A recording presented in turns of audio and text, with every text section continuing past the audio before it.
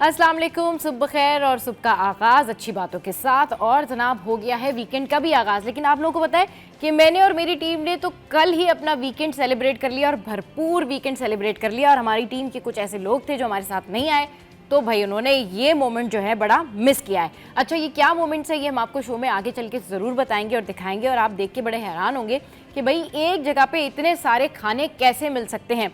और मैं कहती हूँ कि कराची में बाकी जो फूड प्लेसेस हैं, जो फूड पॉइंट्स हैं, वो बहुत ज़बरदस्त हैं। मैं ज़्यादा देसी फूड नहीं खाती और मैं बिल्कुल भी इस तरह के फूड्स नहीं जो है वो खाती, या मुझे नहीं अच्छे लगते, या मुझे लगता है थोड़ा हैवी हो जाते हैं। मगर अब जिस जगह पर मैं कल गई थी वहाँ का जो फूड मैंने चेक किया वो डेफिनेटली बहुत अच्छा था और मैंने अपना दिमाग जो है वो थोड़ा चेंज कर लिया। और मुझे लगता है कि मुझे अब देसी फूड खाने चाहिए। इनफैक्ट वहाँ पे ऐसे ऐसे देसी फूड्स थे जिनके मुझे नाम भी नहीं पता थे। मतलब डिफरेंट कल्चर की डिफरेंट डिशेज़ वहाँ पर मौजूद थी। लेकिन ये सारा कुछ हम आपको बताएंगे।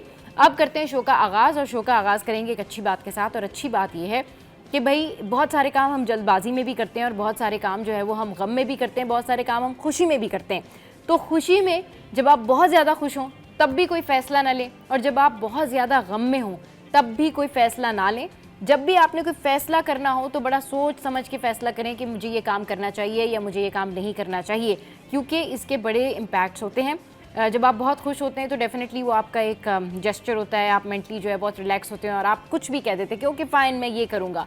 और जब आप गम में होते हैं तब भी आप जो है या किसी की दुश्मनी में होते हैं या नफ़रत में होते हैं तब भी जो है वो आप बहुत सारे ऐसे काम कर जाते हैं जो आप बाद में कहते हैं कि नहीं नहीं नहीं ये बहुत ज़्यादा हो गया था, मुझे ये नहीं करना चाहिए था। तो लाइफ में बैलेंस रखें। जब आप अच्छे मूड में हो, मुतवाज़न मूड में हो, तब अपनी ज़िंदगी के फ़ैसले लिया करें। लेकिन हाँ, अगर आप फ़न के मूड में हो और आपने केक खाना हो तो आप ऐसे केक खा सकते हैं जैसे हानिया खा रही है। मैंने देखा कि हानिया किस तरीके से केक खा रही है, लेकिन एक और भी हैं जो अब कह रहे हैं कि मुझे किंग ना बोलें। अच्छा जी, तो किंग बाबर, हम आपको नेक्स्ट टाइम से किंग नहीं बोलेंगे। बाबर आजम को अब कोई किंग नहीं कहेगा, क्योंकि हमारे जो हीरो हैं उनको ज़रा बुरा लगता है और वो चाहते हैं कि पहले उनकी परफॉर्मेंस जो है वो वापस आ जाए और अच्छी हो जाए। और ये बात करते हुए ना मैच के मनाजिर याद आ रहे हैं और बस दिल दुख रहा है। इसके ऊपर मैं बाद में बात करूंगी, लेकिन अभी जो है वो आपको लेके चलते हैं कि रिजवान जो है वो ऑल टाइम फेवरेट हैं सबके, इस वजह से कि वो अच्छे क्रिकेटर भी हैं, लेकिन इस वजह से भी कि उनका एटीट्यूड जो है वो पूरी दुनिया में बहुत फेमस है। देखा कि इनका जो ये रिस्पेक्टिव एटीट्यूड है ये बहुत ज़्यादा फेमस है और इसके बारे में ट्रस्ट मी गोरे भी बात करते हैं, इसके बारे में इंडियंस भी बात करते हैं। चाहे वो रिजवान के बारे में जितनी भी बातें करें, उनकी क्रिकेट के बारे में जितनी भी बातें करें, लेकिन दिस इज़ कॉल्ड कैरेक्टर। अगर आपका कैरेक्टर, आपकी पर्सनैलिटी ऐसी है तो फिर आपके बारे में भी जो है लोग इसी तरह से बात करेंगे, रील्स बनाएंगे और आपको अप्रिशिएट भी करेंगे। एक और बड़ी ज़बरदस्ती रील है, ये देखिए। अच्छा, वाइट के साथ भी सिल्वर बहुत चलता है और पिंक के साथ जो है वो भी सिल्वर बहुत ज़्यादा चलता है। और ये आप ज़रूर मैच करके देखिएगा, आपको बहुत अच्छा लगेगा, क्योंकि अब रमज़ान आ रहे हैं और फिर जुमे के दिन जब आप लोग ड्रेसेस पहनते हैं या फिर अलविदा का ड्रेस जो होता है उसमें पिंक के साथ अगर आप सिल्वर की थीम रखेंगे ना तो बहुत अच्छा लगेगा। एक और हमारे पास वीडियो है, ज़रा ये देखिए। तो आपने देखा, इसको कहते हैं सादगी। ये जब रील मेरे सामने आई तो मुझे लगा ज़रूर आप लोगों के साथ में शेयर करनी चाहिए। ये हमारी एक्ट्रेस थी रेशम, जिनको बड़ी भूख लगी हुई थी और वो विलेज में कहीं जानी थी, तो उन्होंने किसी से जो है वो खाना ले लिया और उन्होंने कहा मैं तो इतनी ही सादी हूँ। तो इंसान को ना अपनी ज़िंदगी में इतना ही सादा होना चाहिए और इतना ही सच्चा भी होना चाहिए। अच्छा जनाब, जहाँ पर हम बात करें सादगी की, वहीं पर आजकल जो है वो मेकअप बड़ा इन है, जिसमें सादगी तो नहीं होती है, हाँ उसके अंदर जो है फैंटेसी होती है, उसके अंदर जो है अट्रैक्शन होती है। तो बहुत सारे लोगों को ये प्रॉब्लम हो रही थी कि भाई आप अपनी इंट्रो में जो है वो नहीं बता रही हैं कि किस तरीके से मेकअप करें, किस तरीके से जो है वो क्या टिप्स होंगी, एक्सटेंशंस के बारे में नहीं बता रही हैं। भाई ये देख लीजिए आप कि मेकअप कैसे होता है। अच्छा जनाब, जब आप बहुत सारा काम कर लेते हैं तो आप थक जाते हैं, फिर वीकेंड आता है और वीकेंड पे भी अगर आप बहुत ज़्यादा एंजॉय ना कर सके तो फिर ये होता है कि आपको एनुअल लीव्स चाहिए होती हैं या फिर आपको हर 6 मंथ में कहीं घूमना फिरना होता है। तो भाई एक ऐसा वीकेंड तो हम सारे डिज़र्व करते हैं, ये देखिए। चलिए जनाब, आपने देखा कि ये वीकेंड तो हम सारे डिज़र्व करते हैं। अच्छा, मेकअप की जब बात हम कर रहे होते हैं तो मेकअप में ना जिस तरह हम आपको दिखाते हैं कि मेकअप टिप्स क्या है, उसी तरीके से मायरा खान ने एक काफ़ी पहले जो है एक मेकअप ट्यूटोरियल किया था जिसमें वो अपना मेकअप खुद कर रही हैं। तो बहुत सारे लोगों ने उनसे पूछा था कि आपके पास जो प्रोडक्ट्स है या आपने कौन सी प्रोडक्ट लगाई है, और बिल्कुल उन्होंने जैसे आप लोग मेकअप करते हैं अपने घर में, बाल लपेटे और फिर मेकअप करना शुरू कर दिया और उसके बाद फिर अगर अच्छा लगा तो वैसे ही बांध के चले गए। सेलिब्रिटीज़ भी ऐसे होते। तो ज़रा आज जो लोग जानना चाह रहे थे कौन सी मेकअप प्रोडक्ट यूज़ कर रही थी या फिर वो किस तरीके से अपना स्टाइल बनाती हैं, वो ज़रा ये रील देख लें। अच्छा जनाब, चूड़ियाँ हम सबको पसंद हैं और मुझे ये चूड़ियाँ बहुत पसंद आई हैं और ये चूड़ियाँ मैंने बिल्कुल जाके ख़रीदनी है और जहाँ से भी मिलेंगी आई विल बाय इट। अच्छा जी, चूड़ियाँ हो गई। अब कुछ बात कर लेते हैं हम लंबे नाखूनों की, लंबे बालों की और बालों की सेहत और नाखूनों की जो सेहत होती है, यानी आपके नाखून अगर बड़े हों, अच्छे हों, लेकिन साफ़ भी तो हो ना। बहुत सारे लोगों के नाखून बड़े तो कर लेते हैं, वो बड़े रख लेते हैं, लेकिन साफ़ नहीं रखते। पहले तो आपने सफाई रखनी है। अब हम आपको बताते हैं कि आप अपने बाल लंबे, खूबसूरत और घने कैसे कर सकते हैं। अब मैं भी ये चेक करती हूँ ना कि शुमाइला ने इसमें क्या टोटका दिया है, क्या बताना चाहती हैं शुमाइला आपको। तो शुमाइला का टोटका ये रहा कि नारियल के तेल और नींबू के रस का आपने इस्तेमाल करना है। अब इसमें आपने क्या करना है कि रोज़ाना रात को नारियल के तेल में चंद कतरे नींबू का रस मिलाकर नाखूनों पर 5 से 10 मिनट तक मसाज करें। उसके बाद हाथ धोकर फिर आप मॉइस्चराइज़र लगाएं। अच्छा, फिर क्या करना है आपने, ये टोटका नाखूनों को ग़िज़ायत फराहम करता है, इसकी जो अफादियत है वो ये है, और फिर इन्हें मजबूत बनाता है और तेज़ी से बढ़ने में भी मदद देता है। तो भाई नारियल के तेल और नींबू के रस का इस्तेमाल बनाए आपके नाखूनों को लंबा। अच्छा जी, तो ये आपने नाखूनों पे लगाना है। अच्छा, अब जो बालों की रेमेडी है वो मैं आपके साथ में शेयर करती हूँ। और बालों की जो रेमेडी है वो इस तरीके से है कि अगर आपने अपने बालों को घने, लंबे, स्याह और चमकदार करना है तो उसके लिए आप ये कर सकते हैं कि आप जो भी प्रोडक्ट यूज़ कर रहे हैं, आप कभी भी अपनी जो ऑयलिंग अपने सर में करते हैं, मेक श्योर कर लें कि आपका सर जो है, आपके बाल जो हैं वो वॉश हों। वॉश बालों में ऑयलिंग करें। लोग क्या करते हैं कि बाल गंदे होते हैं, गंदे बालों में तेल डाल लेते हैं, उस वजह से और प्रॉब्लम होती है और बाल झड़ना शुरू हो जाते हैं। और स्कैल्प जो है उसकी जो हेल्थ होती है ना, उसका जो एक पोर्स होते हैं वो भी बंद होना शुरू हो जाते हैं। तो जब भी आपने कोई ट्रीटमेंट करना है, हेयर ऑयलिंग करनी है, आपने कोई और ट्रीटमेंट करना है, प्रोटीन ट्रीटमेंट करना है, मेक श्योर अपना स्कैल्प, अपने बाल धो के रखें, ताकि जब भी आप कोई चीज़ उसके ऊपर अप्लाई करें वो उसके ऊपर अच्छा इम्प्लीमेंट करें। अच्छा, इस वजह से बहुत सारे लोगों के सर से जो है स्मेल भी आ रही होती है, क्योंकि वो सर धोते नहीं हैं और उसमें वो तेल लगा लेते हैं और फिर वो वेट करते हैं कि ठीक है, ये जब जज्ब हो जाएगा 1 दिन में या 2 दिन में या वॉटेवर, उसके बाद सर धोएंगे। कोई फ़ायदा नहीं होता। ये आपके बालों की सेहत को, आपके बालों की लंबाई को, आपके बालों की जो चमक है उसको ख़राब करता है। इनफैक्ट सर में स्मेल भी इसी वजह से आती है। तो यहाँ पर अब वक्त हुआ एक ब्रेक का। ब्रेक के बाद जब वापस आएंगे तो आज है वीकेंड और वीकेंड में रिपोर्टर्स हमारे साथ होंगे और आज हमने नहीं करनी कोई ऐसी बातें जो कि आपको कर दे दुखी, हमें कर दे दुखी।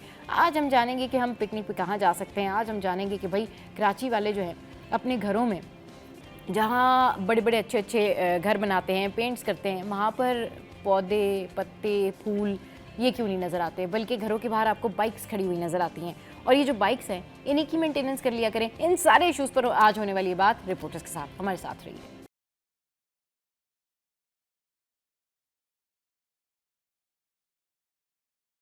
Welcome back. तो जनाब, रिपोर्टर्स ने हमें ज्वाइन किया। हमारे सीनियर रिपोर्टर्स इस वक्त हमारे साथ हैं, अयाज भाई और महराज भाई। Welcome to the show. Good morning, कैसे हैं आप लोग? वेरी गुड मॉर्निंग, अल्हम्दुलिल्लाह, अल्लाह का शुक्र। वालेकुम सलाम। ठीक ठाक हैं आप लोग? चलिए जी, वैसे तो खैर अभी पूछते हैं कि मैच वगैरह देखा होगा और मैच में क्या रहा, लेकिन उससे पहले जो है थोड़ी सी सिटी अपडेट्स आपके साथ में शेयर कर लेते। तो सिटी अपडेट्स जो है वो सबसे पहले हैं फ्लाइट्स, और फ्लाइट्स बताना बड़ी ज़रूरी है क्योंकि आपको पता लग जाएगा कि कौन सी फ्लाइट जा रही है, कहाँ से आ रही है, मनसूख हो रही है। अच्छा जी, तकनीकी और ऑपरेशनल वजूहात के बायस आज कराची से रवाना होने वाली 9 परवाजें जो हैं वो हो गई हैं मनसूख। कराची से जद्दा सरीन एयर की परवाज़ E811 मनसूख हुई। कराची से लाहौर सरीन एयर ER522 524 मनसूख हो गई। कराची से इस्लामाबाद सरीन एयर ER502 504 मनसूख हुई। कराची से दुबई एमिरेट्स की परवाज़ EK609 मनसूख हुई। कराची से मस्कत फ्लाईजना की परवाज़ 9P PK644 मनसूख हो गई, जबकि कराची से मुल्तान PIA की परवाज़ PK330 मनसूख हो गई। कराची से कोयटा PIA की परवाज़ PK3110 जो है वो मनसूख हो गई है, 310 इसको कह सकते हैं, वो हो गई है मनसूख। अब चलते हैं आलमी मार्केट की तरफ और आलमी मार्केट में सोने की क्या कीमतें चल रही हैं ये जान लेते हैं। तो आलमी मार्केट में $20 सोना जो है वो महंगा होकर $2,933 फ़ी औंस की नई बुलंद तरीन सतह पर पहुंच गया है। फ़ी तोला सोना 2,200 रुपये के बड़े इजाफे से 3,06,200 रुपये की नई बुलंद तरीन सतह पर पहुंच गया। 10 ग्राम सोना 1,886 रुपये महंगा होकर 2,62,571 की नई बुलंद तरीन सतह पर पहुंचा। 1 तोला चांदी 83 रुपये के इजाफे के साथ 3,450 रुपये पर पहुंच गई है। अब जल्दी से बात करते हैं कि आपने बनाने होंगे खाने और माश की दाल के रेट्स क्या हैं। माश की दाल जो है इसका रेट है 405। अच्छा जी, और उसके बाद जो है वो है 425 इसका retail price. And we have मूंग की दाल जिसके होलसेल प्राइस हैं 3110 और उसके बाद फिर रिटेल प्राइस है 325। उसके बाद है मसूर की दाल जो कि होलसेल प्राइस है 250 250 और रिटेल प्राइस है 262। दाल चना होलसेल प्राइस 340, रिटेल प्राइस 355। काबली चना जो है उसकी होलसेल प्राइस 310 और उसके बाद रिटेल प्राइस जो है वो 325 है। Then we have chicken, egg, beef, mutton and fish. And obviously इन सब के जो रेट्स हैं वो हम आपको बता भी देते हैं कि चिकन जो है वो 650 रुपये किलोग्राम है, और फिर उसके बाद अंडे 240 रुपये दर्जन हो गए हैं, बीफ 950 और उसके बाद मटन जो है वो 2000 और फिश जो है वो 600। और आप हमारी स्क्रीन पर जो है इन तमाम रेट्स को जो है वो देख सकेंगे, थोड़ी देर में पॉपअप हो जाएंगे करेंसी रेट्स और वेदर की जो अपडेट है वो आप हमारी स्क्रीन पर देख सकेंगे। अच्छा जी, कुछ सेल थे, कहाँ पर सेल लगी है? वैसे अब तो मुझे भी जो है ना पता करना है कहाँ सेल लगी है। सेल मिनी माइनर्स 50% ऑफ, जल्दी जाएं और अपनी शॉपिंग कर लें। इसके अलावा केसरिया पर है 50%, एक्सपो स्टोर पे है 70%, बरीजे पे है 30%, शैनन पे जो है 35% और इत्तेहाद पे है 25% सेल। तो ये तो हो गई हमारी सिटी अपडेट्स। अब हमारे साथ में मौजूद है हमारे रिपोर्टर्स और आज है वीकेंड, और वीकेंड से पहले ये देख कर आ रहे हैं एक अच्छा सा मैच, और मैच में क्या हुआ, इनके क्या है तासुरात। मेराज भाई आप ज़रा बताएं कि मैच देखा आपने? देखिए, पूरा तो नहीं देखा मैंने मैच, हाँ। लेकिन थोड़ा थोड़ा जाहिर सी बात है। लेकिन वो जो उम्मीदें थी, और हाँ, जाहिर सी बात है उम्मीद तो होती है इंसान को, लेकिन फिर ऑब्वियसली आप फिर मैच बात देख रहे हैं मेराज भाई तो उम्मीद के ये साथ भी ही होती है कि देखेंगे। फिर हाँ, खेल तो खेल है, खेल तो खेल है ना, है। किसी की भी हार जीत हो सकती है। हाँ। तो उम्मीद थी कि पाकिस्तान जीतेगा, लेकिन जब इनका जो स्कोर है न्यूजीलैंड का 140 प्लस हुआ, हाँ। और सिर्फ 3 खिलाड़ी आउट थे, तो उसके बाद थोड़ी सी मायूसी जो है वो फैलना शुरू हो गई थी। और अच्छा, लोग इस बारे में भी बात कर रहे हैं कि जो अगर रिव्यू ले लेते ना, रिजवान ने रिव्यू भी नहीं लिया। चलिए जी, अभी अयाज भाई भी हमारे साथ मौजूद है। अयाज भाई, आपने मैच देखा, आपके क्या तासुरात हैं, आप क्या कहना चाहते हैं टीम को, और आपका फेवरेट प्लेयर कल की सूरत हाल में, जिसको कहते हैं ना मैन ऑफ द स्पिरिट, कौन रहा आपके ख्याल में? मतलब हारती हुई टीम में भी एक होता है ना कि मेरे फेवरेट कौन रहे, मैं आपको बताती हूँ, लेकिन आपके फेवरेट कौन रहे? मैचेस में तो मेरा फेवरेट नहीं है, लेकिन मुझे हाँ। जो ओवरऑल, जैसे मुझे बॉलिंग के अंदर जो है मैं आफरीदी को पसंद करता हूँ। अच्छा, शाहीन शाहीन शाह अफरीदी, सही। करंट जो अभी टीम अच्छा, है, और अच्छा, बाबर सही। आजम इज माय प्लेयर, और रिजवान, ये तीन सही। लोग मुझे इस टीम के बहुत पसंद है। बाबर आजम वो उनकी एक ड्यू है फॉर्म, अब आई होप कि अच्छा है क्या अभी अचानक फॉर्म वापस आएगी और कप में आ जाए तो ज़्यादा अच्छा है। ये मैचेस उनके लिए जो एक्सपोज होने के लिए उनके लिए चीज़ें होती हैं, यही चीज़ें इसलिए पहले खेली जाती हैं ताकि आप लोगों को जो आपके फॉल्ट्स हैं वो पहले पता चल जाएं। ये बहुत अच्छा था, पाकिस्तान की खुशकिस्मती थी कि बड़ी टीमों के साथ 2 मैचेस, एक टूर्नामेंट हो गया उनका, और हमारा पहला मैच कीवीज़ के साथ ही है, और कराची इसी पिच के ऊपर है ये और अगले मेरे ख्याल कुछ 3-4 दिन बाद ये शुरू होने वाले हैं, तो यकीनन हमें इस चीज़ का कूप अप करना पड़ेगा कि हमारी टीम देखें, कहते ना कि वो फाद जरा मुझे बताइएगा कि हार के बाद जीते, डर के बाद जीते, ऐसे कुछ है ना वो? हार के बाद जीते। हाँ, हार के बाद जीते भाई, डर के आगे जीते भाई, सही जुमला वहां से आया। ऐड का है ना? हाँ बिल्कुल। तो भाई ये जो है ना, ये अब हमारी टीम की जो जिस तरीके से हमारी टीम की कल परफॉर्मेंस रही है, मुझे ऐसा लगता है कि वो खुद भी शायद इतना एक्सपेक्ट नहीं कर रहे थे जिस तरीके से बैक टू बैक विकेट्स गई, और जिस तरह से कीवीज खेले, नो डाउट ऑब्वियसली जो दूसरी टीम आई है वो भी खेलने के लिए आई है। इसको कहते हैं कि रीड करके खेलना, इसको कहते हैं कि जज करके खेलना। कल जिस तरह से न्यूजीलैंड खेला ना, it was like you know कि उन्होंने आप लोगों को रीड किया हुआ था। दिनियों के आप लोगों के जो वीकनेसेस हैं वो क्या हैं, वो ऐसी कोई बात नहीं है। पाकिस्तान बकअप, हम इंशाल्लाह ताला चैंपियंस ट्रॉफी भी जीतेंगे और ट्रॉफी भी आएगी, कोई नहीं। लेकिन इसके ऊपर जो डिटेल बातें हैं वो करेंगे, लेकिन अभी हम कुछ बात कर लेते हैं, वीकेंड है, घूमने फिरने की।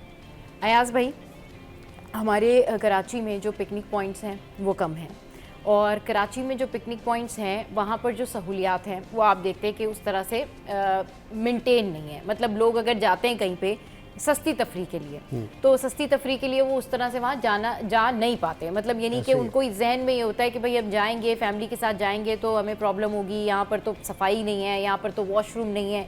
सबसे ज़्यादा जो चीज़ लैक करती है, मुझे जो लगता है कि फैमिलीज़ बहुत सारी जगहों पर नहीं जाती, वो इसलिए नहीं जाती कि सफाई और वॉशरूम्स, ये 2 चीज़ें जो होती हैं ये आपकी मतलब पब्लिक सर्विस के लिए ना बड़ी इंपॉर्टेंट होती हैं, लेकिन हमारे यहाँ पर ये बहुत कम है, और जो हैं वो इस तरह के कि वहाँ पे कोई मतलब कोई जा ही नहीं सकता। तो ज़रा ये थोड़ा सा बताएं कि अगर ये इंफ्रास्ट्रक्चर कराची के पब्लिक पॉइंट्स को ही मेंटेन कर दें तो मेरे ख्याल में कराची वाले आपको इससे ज़्यादा जो है वो घूमते फिरते नज़र आएंगे, वीकेंड के अलावा भी घूमते फिरते नज़र आएंगे। अयाज भाई, अच्छा देखें, बात ये है कि मैं आपकी बात से इख्तलाफ करता हूँ। अच्छा, इसकी बात ये है कि हुकूमत का काम है वंस एक चीज़ बना के दे देना। ठीक।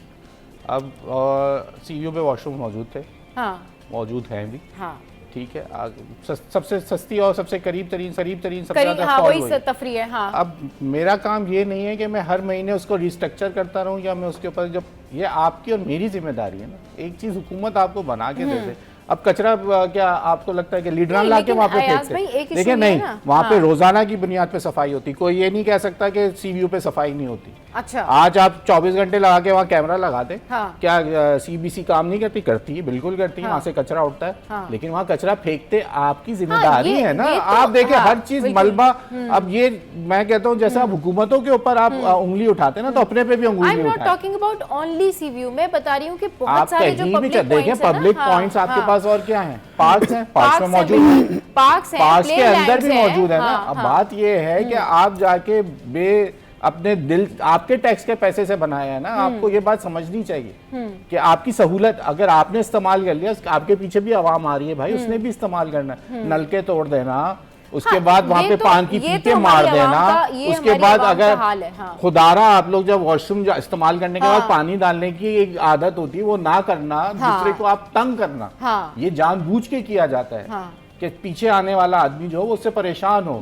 माजरत में ऑन एयर ये बात कर रहा हूँ, लेकिन ये है क्योंकि ये अब जब फैक्ट बता रहे हैं तो फिर इस फैक्ट हाँ, को सुनने की obviously, आदत हाँ, भी रखे, हाँ, ये आवाम बिल्कुल, करती है। हाँ, हाँ। और ज्यादातर मैं आपको ये बात बताऊं, ये वो यंगस्टर करते हैं, मुझे उनसे मुझे बड़ी जो ना मेरा दिल दुखता है, जिनकी ये जिम्मेदारी हो, ये जो जिनका बोलते हैं ना उबाश, और अपनी मस्ती में मस्त होके हाँ, बाहर निकलते बिल्कुल, हैं, हाँ। और वो बस कुछ ना कुछ करके जाना हैपनिंग के वो यादगार बना दें उस ट्रिप को कि यार मैंने तो यादगार उसके बना ऊपर दें, जाके हाँ। ऐसा तोड़ दिया था, या मैंने दरवाजे को लाते मारी थी। इसी पॉइंट की वजह से मैंने कहा कि जो हमारी गवर्नमेंट है, इसको चाहिए कि एक तो ये जो वॉशरूम्स की तादाद है ये बढ़ा दे, और चेक एंड बैलेंस, जिस तरह से वाहनों का या इस तरह से जो लोग पब्लिक प्लेसेस पे जाके जो है वो तबाह करते हैं चीज़ों को, इंफ्रास्ट्रक्चर को तबाह करते हैं ना, इनके ऊपर चेक एंड बैलेंस रख के ना इन लोगों के लिए कोई रूल बनाना चाहिए।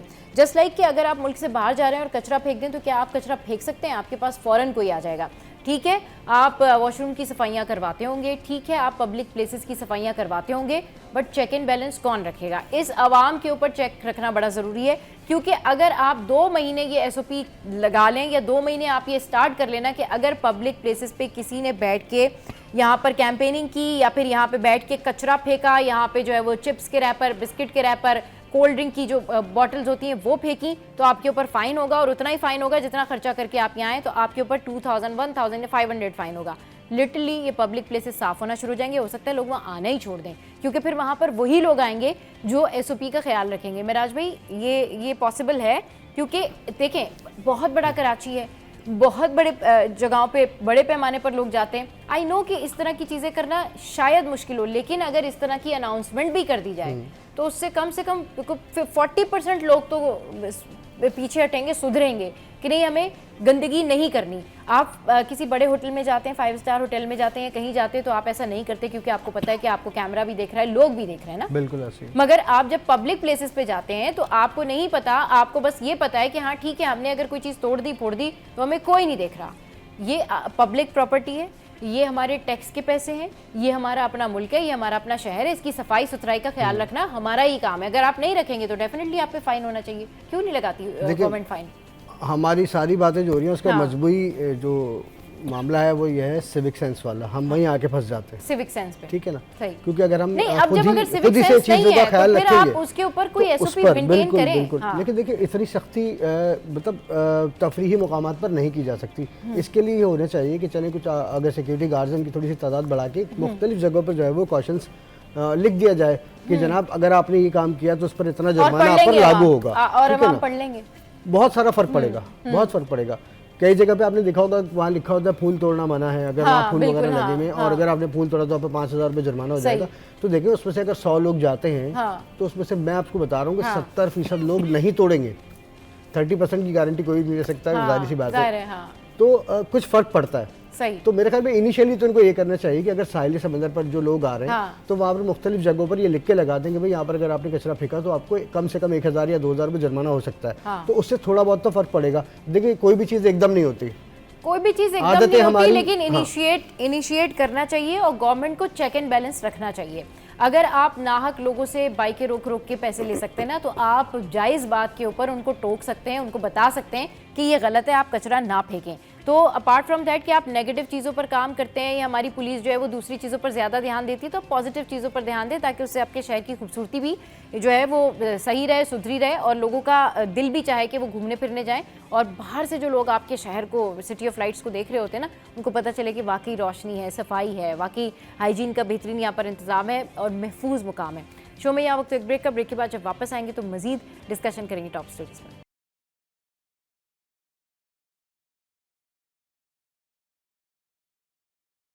Welcome back. तो जनाब सफाई सुथराई की बात हो रही है, घूमने फिरने की बात हो रही है कि लोग बहुत सारे जगहों पर इसलिए नहीं जाते कि वहाँ पर सफाई नहीं होती, वहाँ पर इंतजामात इस तरह से नहीं होते। हम ये बात कर रहे हैं कि भाई अगर आवाम नहीं सुन रहे थे उसके ऊपर कोई रूल बना दें, किसी किस्म का कोई मिलके कोई कंबाइन बैठ जाएं लोग और उसके ऊपर कोई रूल बना दें कि भाई इतना फ़ाइन होगा ताकि ये जो मुकामात हैं ये साफ़ हो जाएं। और इसमें ये हर शहरी, ये हर सिटीज़न का फ़र्ज़ है कि वो अपनी कंट्री को साफ़ रखे, चाहे वो पुलिस वाला है, चाहे वो आम इंसान है, चाहे वो जर्नलिस्ट है, सेलिब्रिटी है, एक्टर है या कहीं से भी उठकर वो आया है, तो उसका फ़र्ज़ है कि वो अपनी कंट्री को साफ़ रखे और एक दूसरे को एटलीस्ट गाइड कर दें, एक दूसरे को कम से कम टोक तो दें कि भाई आपने यहाँ कचरा क्यों फेंक दिया, ये कचरा फेंकने की जगह नहीं है। तो जब तक ये सिविक सेंस डेवलप नहीं होता तो तब तक मुझे तो लगता है ये फाइन सेंस जो है ना वो लगा दिया जाए तो ज़्यादा बेहतर रहेगा, कम से कम बेहतर रहेगा। और यही होना चाहिए। हम लोग इस डंडे की कौम है, सीधी सी बात है। जब तक अगर हमें रोका नहीं जाएगा और समझाया नहीं जाएगा और सख्ती नहीं की जाएगी, हम राह पे नहीं चलते पे सीधी ना। हर आदमी अपने अपने जहाँ उसका कहते हैं ना वो सींग समाये वो वहाँ निकल गया। तो हमारे सूरत ये है। अब देखिए सिर्फ हम सी व्यू की बात नहीं करते ना, हमारे यहाँ हिल पार्क भी है, किडनी हिल पार्क भी है, सफारी पार्क भी है। लेकिन आप मुझे बताएं कि आप लास्ट टाइम सफारी पार्क कब गई थी? मैं नहीं, मुझे याद ऐसे ही है ना, ऐसे ही है ना। तो अब क्या है, अब लोगों का रुख कहाँ हो गया? फार्म हाउसेस की तरफ। ठीक है कि हम एक एरिया में रहेंगे, ठीक है, चार दीवारी भी होगी और प्लस सफाई सुथराई होगी, फैमिली मतलब एंजॉय कर लेगी। रिजॉर्ट की तरफ रुख ज्यादा हो गया। अब हर कोई इसको अफोर्ड नहीं कर पाता, ठीक है ना। उनके भी रेंट्स जो है वो एक जो है वो 24 घंटे के वो 50,000 प्लस ही हैं तकरीबन, ठीक है ना। अच्छा, और वहाँ रेंट भी पे करते हैं और वहाँ पर रूल्स का भी ख्याल रखते हैं। बिल्कुल ऐसे ही है। वहाँ पर ये भी ख्याल होता है कि अगर कोई चीज डैमेज हो गई, कुछ हो गया तो डेफिनेटली हम पर मजीद फाइन हो जाएगा। जो ये प्राइवेट फार्म हाउसेस वगैरह करते हैं तो। और अपनी जो आपके पास जो एक कुदरती अल्लाह ताला की तरफ से आपको ये खूबसूरत मुल्क मिला हुआ है, ये रोड्स हैं, ये सड़कें जो मेंटेन करके आपको गवर्नमेंट ने दी हुई हैं, उसका आप तबाही मचा देते कि जी ठीक है भाई कोई परवाही नहीं है, टूट गया तो टूट गया, कैसे टूट गया, या आपने कोई चीज डैमेज कर दी तो कैसे डैमेज कर दी, कचरा फेंक दिया तो कैसे फेंक दिया। ऐसा लगता है कि हम सिविक सेंस भी है, आपकी अखलाकियात भी है आपका, और आपका दीन भी आपको सफाई करने को कहता है। भाई लोग जो है ना, ऐसा लगता है जो हमारी सरकारी पार्क्स हैं या साहिल की पट्टी है, यहाँ पर अगर अपना गुस्सा और फ्रस्ट्रेशन निकालते हैं, ऐसा लगता है जैसे जिंदगी के सारे जो है ना गुस्से इस कचरे में ही निकले हुए हैं सारे। वहाँ कचरा डाल के उसको खराब करके वहाँ वो फ्रस्ट्रेशन निकालते हैं, क्योंकि वो हुकूमत से नाला है। सीधी सी बात है।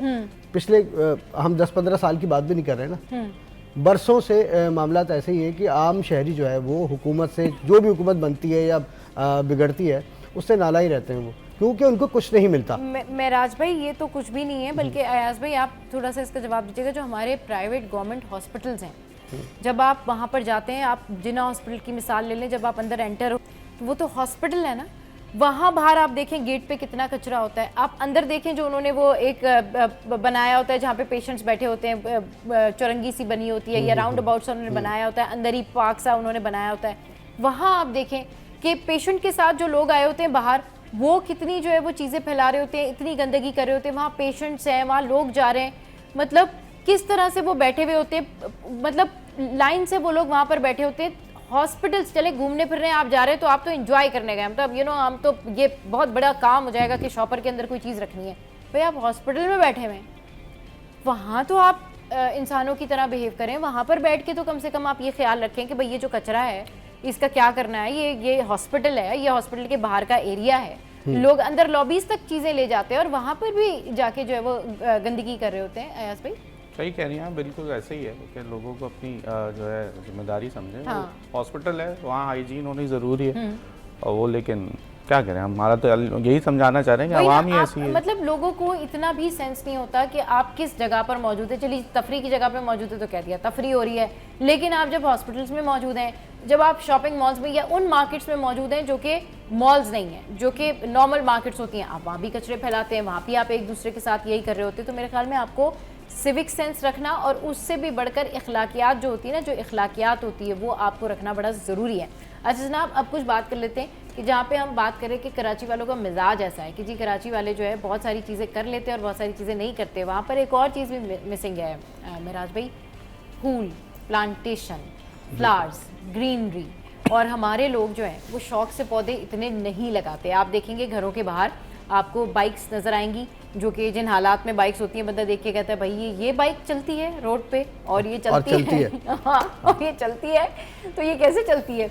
अपने घर मेंटेन करते हैं, चले जी बहुत अच्छी बात है, लेकिन लोग यहाँ पर गार्डनिंग पे इतनी तवज्जो नहीं देते। हमारे यहाँ पर अगर देखा जाए तो कराची हाइट्स में बहुत कम रुझान है कि वो जो है किसी ने अपनी छत मेंटेन की हुई हो, किसी ने बड़े खूबसूरत फ्लावर्स रखे हुए हो, या लोगों के घरों के बाहर आपको ग्रीनरी नज़र आए, ऐसा नहीं होता। बल्कि यहाँ गाड़ियाँ ज़रूर आपको नज़र आती हैं और वो ऑब्वियसली वो होंगी, लेकिन आपको ये बड़ी एक जो है ना वो मुझे लगता है बड़ी कमी लगती है।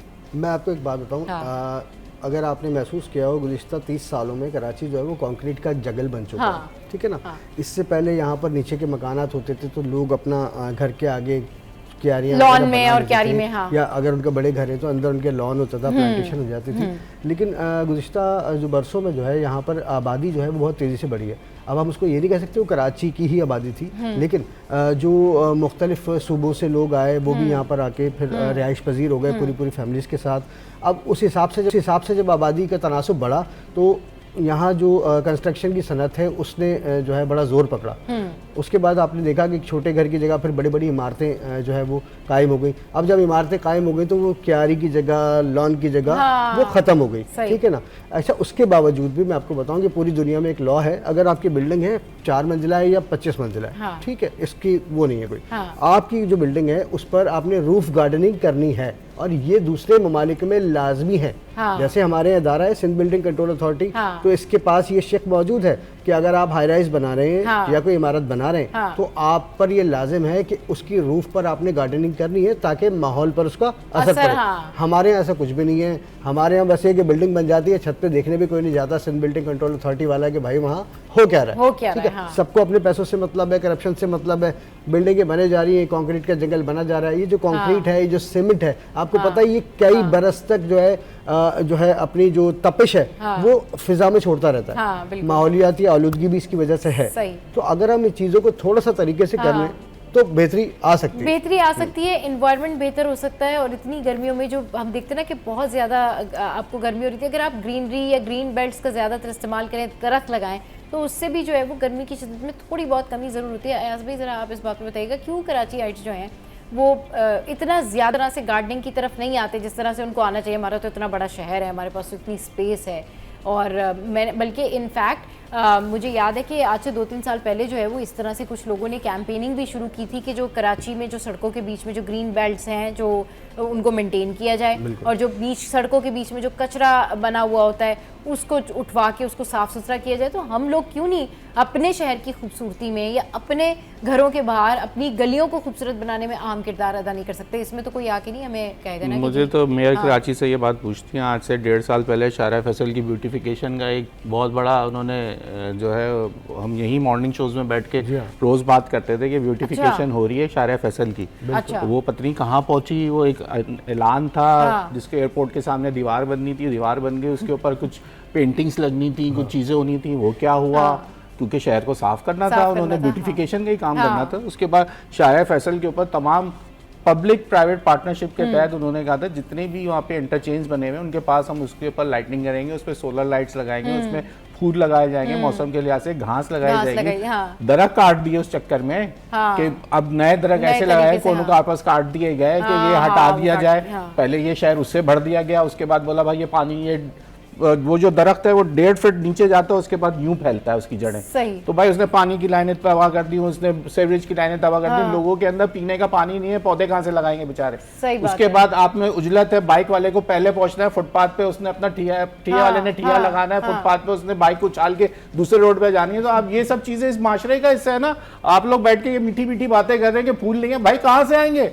उजलत उसको तो जाना है, पहले फायर ब्रिगेड में उसकी नौकरी लगी हुई है बाइक वाले की, उसने तो उछाल के बाइक उस रोड पे जहां जाम है उसने फुटपाथ पे चढ़ाना है और निकल बुर्र, बस ये जा वो जा। आप लोग कौन सा फूल, कौन से पौधे, कौन से दरख्त, हमें क्या जरूरत? ये कहाँ है, अच्छा, कहाँ लिखा है आपकी किताब अयाज भाई में? फहद पूछ रहे हैं कि आपकी कोई जाती दुश्मनी तो नहीं पाई बस। अरे भाई, तो मैं तो ये इस माशरे की हकीकत बता रहा हूँ, मेरी कोई दुश्मनी है। हाँ, मेरे घर के पास तो फुटपाथ भी नहीं है, वो जो फुटपाथ थी उस पर भी दीवार बना दी। हाँ सही, मसला ही खत्म ही हो उन्होंने गया। कहा, अयाज भाई का ना रहेगा बात ना बनेगा। पत्नी आप लोग बैठे हुए कि उसने ना ये कहा बाइक। कि मेयर कराची ने शान फैसल बनाना था, वो पत्नी कहाँ गए, वो फूल वो कहाँ गए। मौसमी जरा लाहौर जाके तो देखें, मौसम के फूल देख के आपका हाय हाय। जेल रोड अरे देखे भाई, उनका क्या जबरदस्त जाके बनाया हुआ है क्या लाहौर। दिल खुश हो जाता है वहाँ पे, हाँ। कितना पैसा वो सिर्फ बिल्कुल, फूलों पे बिल्कुल, लगा। बिल्कुल, अभी और हम उनकी अपने next show में जरूर वहाँ कुछ कौन तारीफ क्यों नहीं करेंगे। जाता बाइक हाँ। वाला, उसको क्यों नहीं उजिल्लत है कि उछाल के उधर चला जाए, करके तो अच्छा, दिखाए, ये बात है करके दिखा दे। कराची में लोगों कराची को वाले जल्दी जल्दबाजी। अच्छा वही लाहौर वाला जो अभी यहाँ माइग्रेट करके आया होगा, यहाँ वो कर रहा होगा। हाँ ये है, पता नहीं हमारे शहर पता नहीं की हमारे शहर के साथ फिजा क्या में इस फिजा क्या के अंदर जल्दबाजी है, क्या कौन सा क्या यहाँ आके सबको उजलत मतलब लग गई है, हर बंदा सबकी जो है नौकरी वो फायर जल्दी- ब्रिगेड में लग गई है। हाँ। मुझे तो ऐसा लग रहा है यहाँ जो बाइक वाला है सबकी नौकरी फायर ब्रिगेड में है। ये भी चेक करा लेते हैं कि इनको जल्दी किस बात की है, हर चीज रुकना नहीं। अच्छा हाँ, एक चीज मैंने गाड़ी वाले से पूछा, कहता यार हमारे ऑफिस में जितने ना गाड़ी वाले उनके हाँ। पास बाइक है, हाँ साइकी ये है कि गाड़ी से आधे वक्त के अंदर सफर तय करना बाइक के अंदर, ऐसे ही। तो ये है जल्दी बिल्कुल, उनके हाँ, अंदर ये कि अंदर गाड़ी अंदर। में हमें 1 घंटा, एक मुझे घंटा। लाजमी 30 मिनट में घर पहुंचना क्योंकि मैं बाइक पर हूँ। बाइक बस पर तो फिर वो हाँ। बस फुटपाथ ये पे है भी साइकी, मैंने ये वैसे भी ढूंढ जिस लिया तरह कि से- चक्कर क्या है जिस तरह से महराज भाई चुप है, मुझे लगता है महराज भाई भी धूम मचाले बन के जाते होंगे। मैं ब्रेक बस के बाद महराज भाई के पूछूंगी बाद बाइक है, लेकिन कि अब भाई चलानी महराज भाई मैंने आप छोड़ दी, धूम मचाले लेकिन- बन के जाते या नहीं जाते, लेकिन ब्रेक के बाद बातें होंगी।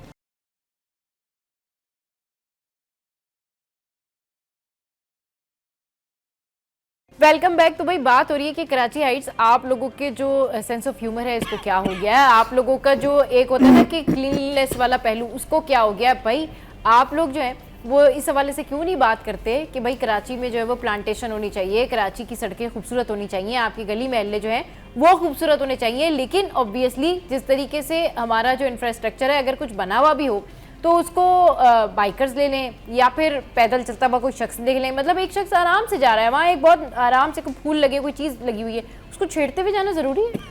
मतलब उसको उसके साथ प्रॉब्लम करना ज़रूरी है? ये क्या कोई मसला है? वही ये मुझे महराज भाई ये मुझे मसला आज तक समझ अब में देखिए नहीं इस बात को उर्फियान मतलब- में जो कहा जाता है वो तो हम कह नहीं सकते स्क्रीन पर, लेकिन बात है कि तकलीफ जरूर है। मतलब मैंने खुद अपनी आंखों से देखा है कि फूल लगे हुए हैं, लोग वहां से गुजर रहे हैं, मगर हाँ हाँ तोड़ देंगे। समझ गए क्या? होंगे लोग, समझने वाले समझ गए इस बात को। क्या मैं आपसे कह रहा हूँ ना कि हमारे बहुत सारे लोग सिर्फ सड़क पे या साहिल पे चलते या हुए, पार्क में हाँ, जाते इसलिए हाँ। हैं कि उसको उजाड़ दे। उजाड़ दे।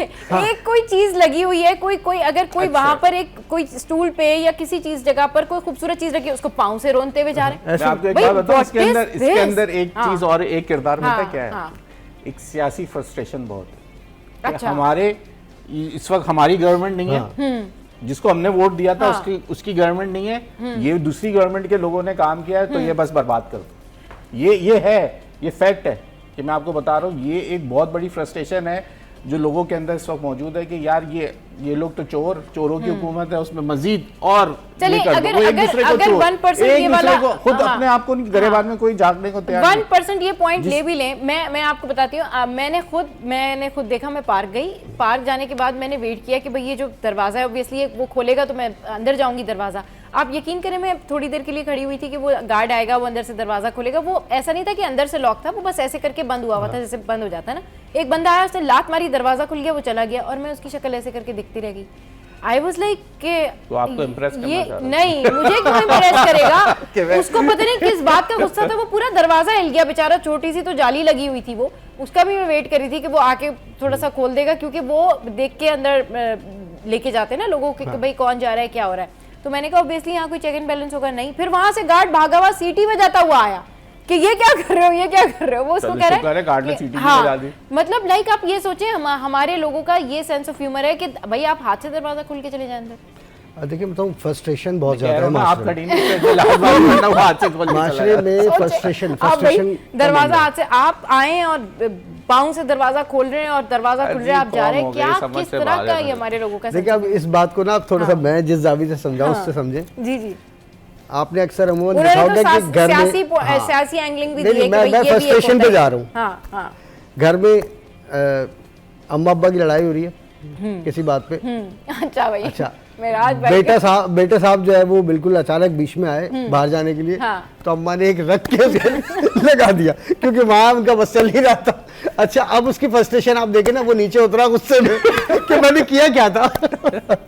नीचे उतरने के बाद सबसे पहला काम उसने ये करना, जब दरवाजा उसने बंद किया ना उतनी जोर से बंद किया कि 2 चीजें नीचे गिर जाए, क्योंकि वो अपना गुस्सा कहाँ निकालेगा। तो हम तो ये एक छोटी सी मिसाल है, हम तो हर चीज से परेशान लोग हैं। हाँ। सुबह उठने के बाद गैस नहीं मिलती, हाँ। ठीक है, पानी हमारे यहाँ नहीं आता, सही। ठीक है, बिजली हमारी यहाँ चली जाती है, ठीक है, पेट्रोल लेने जाते हैं वो इतना महंगा है, राशन लेने जाते हैं वो महंगा है, पढ़ाई महंगी हो गई है। तो हर बंदा यहाँ पर इस वक्त जो है वो फ्रस्ट्रेशन का शिकार है। अब वो उसमें बहुत से लोग ऐसे तनख्वाह बढ़ नहीं रही है, तो उसमें से बहुत सारे लोग बर्दाश्त कर लेते हैं, ठीक है ना। अच्छा, बहुत सारे लोग बर्दाश्त नहीं कर पाते। अच्छा, फिर उनमें जो उनका सबसे कमजोर तरीन जो उनका वो गुस्सा दिखाने की जो चीजें वो करते हैं, तो मैंने भी ये देखा है कि पार्क्स में या कोई अच्छी जगह पे वो लोग बिला वजह उसको जो है पैर मार के या खराब करने की खराब कोशिश कर देते करते हैं हैं उसको। चीजें। भाई एक बिल्कुल। चीज खूबसूरत सी वैसे लगी एक हुई है, बात उसको खराब कर देंगे। बच्चे भी जो जाते हैं ना पार्क में, बच्चों को लेके जाते हाँ, हैं, हाँ, जो सही। घर के शरारती हाँ, बच्चे ना, बच्चे वो भी तबाही मचाने में मचाने किरदार जाते अदा हैं, करते हाँ। हैं। वो तो बच्चे हैं सर, चलो, उनको बच्चे तो करते हैं, वो फूल बच्चों भी की तो तोड़ते बात हैं, है। वो पौधे भी, पत्ते भी तोड़ते हैं, वो ये चीजें सारी नहीं करते। चीजें थोड़े करते हम हैं। बड़ों अच्छा, को अब आप एक बात और नोट करिए, पार्क के अंदर बच्चे भी तबाहियां देखिए, मचाते हुए मैंने भी देखे हैं। ऐसे सही। तो जो घर के शरारती बच्चे, जब वो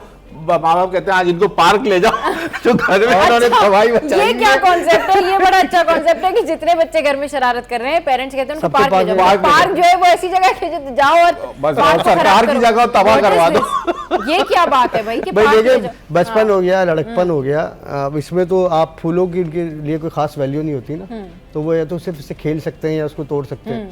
अच्छा, फिर जो हमारे जाहिर सी बात है नौजवान या जवान लोग, उनको फिर फूलों का पता होता है कि नहीं यार ये माहौल के लिए अच्छे हैं, Plants खूबसूरती हैं, है, और मतलब अच्छे आपकी पौधे trees लगे है, हुए आपकी हैं। खूबसूरती ये है। बात मैं आपको बताऊं, एक आम से बंदे को भी इस शहर में पता है कि अगर प्लांटेशन होगी, ग्रीनरी होगी, तो मौसम अच्छा रहेगा और बारिश होगी। एक आम आदमी को भी पता है, ठीक है ना। उसके बावजूद हम लोग ये नहीं कर पा रहे। सही। ये अगर हम कर पाएं तो शायद हमारे माहौल बेहतर हो जाए, क्योंकि हम ये देख रहे हैं कि हर साल अब गर्मी की शिद्दत में जो है वो इतना इजाफा ज्यादा होता इजाफा जा होता रहा जा है। रहा है हाँ, कि जीना मुश्किल हो गया कराची में। सही। और इसी कराची से हटके आप दूसरे शहरों में चले जाएं, दूसरे सूबे में चले जाएं, तो वहाँ प्रॉपर बारिश भी होती है, सारे मौसम उनको मिलते सही। हैं। लेकिन हमारे यहाँ 10 महीने गर्मी बर्दाश्त करते हैं हम लोग। तो अब इसके लिए सबको मिलजुल कर कुछ ना कुछ करना पड़ेगा, ये खाली हुकूमत का काम नहीं है। बिल्कुल सही कह रहे हैं। अच्छा, लोगों का माइंडसेट। वैसे एक चीज मुझे पूछनी है, आपको फूल की वैल्यू और उसकी अहमियत कब समझ में आई, कौन सी उम्र में समझ में आई? जब आप मेच्योर हो गए ना, समझ में आनी होगी। 14 फरवरी को आई थी या 15 फरवरी की नहीं तारीख थी? नहीं, ये तो खैर इस बारे में तो बात करने बात नहीं कर सकते। मेराज भाई को घर भी जाना है। मैं हाँ, लोगों की जो मेंटेलिटी है कराची में, अच्छा सबसे बड़ी बात ये थी कि आपकी जो लॉ एंड ऑर्डर की सिचुएशन होती है ना, अगर वही बेहतर नहीं होती तो उससे भी लोग frustrate हैं। और कुछ करने के काबिल नहीं रहते। मैं पता नहीं किससे, अपने को फ्रेंड से मैं बात करी थी और मैंने उनको ये कहा, मैंने कहा देखिए अगर ये पूरी ग्रीन बेल्ट हो जाए या अच्छे अच्छे दरख्त लग जाएं और ये मतलब दोनों साइड्स पे जिस तरह से, क्योंकि मैं जब लाहौर गई तो मैंने देखा कि वो वहाँ पर जो नहरें थी ना, वो उन्होंने सजाई हुई थी बिल्कुल सजाएंगे। और मैं वहाँ दरख्त देखे हमने उस देखकर नहर के हैरान रह गई कि इतना जबरदस्त इन्होंने ये देखे, नहरें भी सजाई हुई हैं और रोड्स इतने जबरदस्त साफ सुथरे, जिस तरह से वहाँ ग्रीनरी थी, जिस तरह से वहाँ सारे दरख्त लगे हुए थे। तो वही इंप्रेशन लेके जब मैं यहाँ कराची आई तो मैं तो मतलब 2-1 दिन तक तो आई वाज लाइक कि ये क्या हमने अपने शहर का क्या हाल कर दिया है। जेल रोड पे वहाँ का गुलबर्ग में आप जो वो लगा के दिखा दें कोई सियासी झंडा या सियासी जो आप उसको होर्डिंग के वो छोटे जो लगते हैं, वो क्या बोलते हैं, शहर की खूबसूरती वो लोग खराब नहीं करते, बहुत जबरदस्त है। 3x3 के जो वो लगाए जाते हैं, पैनाफ्लेक्स से जो बोर्ड्स लगते हैं, पोल्स के ऊपर आप लगा के दिखाएं, with in half an hour उतारने यहाँ तो पता नहीं कौन कौन से बैनर आपको चलते हुए नजर आ जाएंगे, बंगाली बाबा और ये बाबा और वो बाबा। यहाँ तो आपको ऐसे ऐसे नजर आएंगे कि आज के दौर में भी हम हाँ बंगाली बाबा का नंबर लिखा हुआ होता है और वो 24 घंटे में मसला भी हल कर देता है। हाँ, और 24 मजे घंटे की में बात है, मसला अभी हल चौकिंग के ऊपर मेयर कराची ने बयान दिया था कि जिसकी चौकिंग है उसी से मिटवाएंगे। अच्छा, वो मिट्टी मैंने देखी, आज ही देखी दोबारा, पिंक बेस के ऊपर ब्लैक से दोबारा लिखा हुआ बंगाली बाबा वाली चौकिंग दोबारा पूरे शहर में हुई। ये बिल्कुल, इसके ऊपर भी ना हम एक डिटेल शो करेंगे अपने रिपोर्टर्स के साथ ही। ये जितने भी जो पैनाफ्लेक्सेस और इस तरह की शहर की खूबसूरती खराब करने वाली जितनी भी चीजें लगी होती हैं, इस पर बात करेंगे। अच्छा जनाब, शो में आ गया है एक ब्रेक, और ब्रेक से पहले हम जो है वो शुक्रिया अदा करेंगे मेराज भाई का और अयाज भाई का। आपका बहुत शुक्रिया, आप हमारे शो में थे। ब्रेक के बाद जब वापस आएंगे तो फिर करेंगे ढेर सारी बातें, जिसमें होंगे खाने पीने की चीजें भी शामिल, और इस दफा 1 डिश नहीं, 2 डिश नहीं भाई, 10 डिशेस हैं। हमारे साथ रहिए।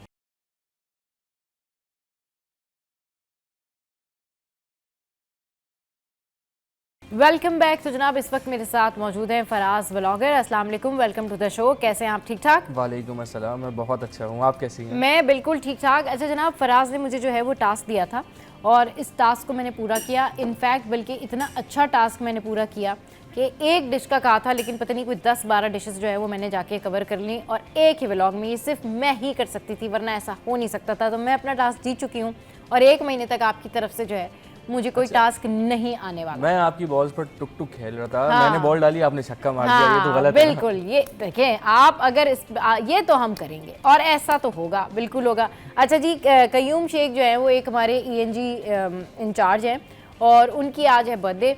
सो कयूम भाई, हैप्पी बर्थडे टू यू। जी, कयूम भाई जो हैं वो हमारी देखा जाए तो टीम के एक अहम की मेंबर हैं और इनकी वजह से हमें बहुत सारी जो है वो चीज़ें फैसिलिटेशन मिलती है। तो once again happy birthday to you. अच्छा जी, coming back to the vlog of yesterday जो हमने जाके बनाया और उसके अंदर हमने बहुत सारी डिशेस जो है वो कवर की और उसमें जो देसी फूड से मेरा जो इंटरेक्शन हुआ है उसके बाद जो है मुझे ऐसा लगता है कि अभी मैंने स्टार्ट कर देना ये देसी फूड सारा खाना। अच्छा, वैसे आपको कल जिस जगह पर आपने हमें इन्वाइट किया था, जिस जगह पर आपने टास्क दिया था, वहाँ का खाना वाकई जब हमने टेस्ट किया तो मुझे बहुत ही ज़्यादा मज़े का लगा। इससे पहले आप जा चुके हैं वहाँ पे? इससे पहले मैं कई बार जा चुका हूँ, क्योंकि कई बार जा वहाँ पे हर कुछ टाइम बाद ना वो कोई एक नई चीज़ इंट्रोड्यूस करते हैं। अच्छा। और वो कोई ऐसी चीज़ होती है जो किसी और के पास नहीं होती। ये तो सारी मजबूरन डिशेस जाना रोज़ाना बनाते हैं? पड़ता है। रोज़ाना बनाते हैं। रोज़ाना बनाते हैं, मतलब ट्रेडिशन के साथ और बहुत लवाजमात के साथ जो है वहाँ पर खाना था। आप ज़रा देखिए कि कल क्या कुछ हुआ। अस्सलामुअलैकुम नाजरीन, उम्मीद है आप सब खैरियत से होंगे, ठीक ठाक होंगे, मज़े में होंगे, फिटफाट होंगे। मोहम्मद फराज आपकी खिदमत में हाजिर है। इस वक्त मैं मौजूद हूँ फेडरल बी एरिया ब्लॉक 16 में देसी फूड्स रेस्टोरेंट पर। जैसा कि आप लोग जानते हैं कि हर हफ्ते मुझे सबा शेख कोई ना कोई टास्क देती हैं, कभी चपली कबाब, कभी 12 मसालों की बिरयानी, कभी कश्मीरी चाय, तो कभी सूप, तरह तरह के टास्क। इस बार उल्टा हो गया है और इस बार मैंने उन्हें चैलेंज दिया कि आप बाहर निकलें और मेरे साथ ब्लॉग करें। तो सबा शेख मेरे साथ मौजूद हैं, आप कैमरे में प्लीज़ आइए और अपना चैलेंज एक्सेप्ट कीजिए। आप फराज फाइनली में आ गई और मैंने आपका चैलेंज जो है वो पूरा कर दिया है, राइट? मुझे बहुत खुशी है इस बात की। अब मेरे नंबर जो है वो ज़्यादा हो गए और फराज के नंबर कम हो गए। चले जल्दी से आए और दिखाएं कि आपके इस देसी रेस्टोरेंट में क्या कुछ है। अच्छा, ये पहला जो सेक्शन है हाँ। ये है बारबेक्यू का। मुख्तलिफ तरह के बारबेक्यू लगते हैं यहाँ पे। ठीक है। चपली कबाब है यहाँ हाँ। पर, टिक्का वगैरह है, बोटियाँ लगी हैं। बाकी खालिद भाई से हम बात करेंगे, खालिद भाई आपको हाँ, बेहतर बताएंगे। बिल्कुल। खालिद भाई, क्या ये सबसे पहले बताएं ये क्या है? ये चिकन मलाई बोटी है, हैं? चिकन मलाई बोटी। चिकन मलाई बोटी है। और ये वाला जो ये अगर ये फोकस करके दिखाएं तो ये ये है कौन सी? चिकन बोटी है। अच्छा, ये सब है चिकन, मगर ये चिकन मलाई बोटी है and ये this चिकन one? बोटी है, और ये ये अफगानी बोटी है। अफगानी बोटी है। अफगानी बोटी है, ये ओके, चक्की है। जरा ये उठा के दिखाएं अफगानी बोटी। ये देखिए जी, अफगानी अफगानी बोटी बोटी है और ये मैंने मतलब पहली दफ़ा इस तरीके से देखा है कि ये अफगानी बोटी है। हो सकता है मैंने खाई हो लेकिन मुझे पता ही नहीं हो कि अफगानी बोटी है।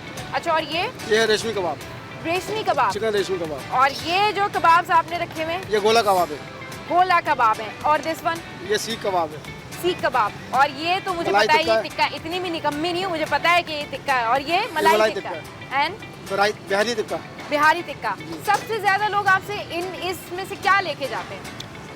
चपली कबाब, बीफ चपली कबाब। ओहो, चीज़। ये रखे हुए ये चीज में।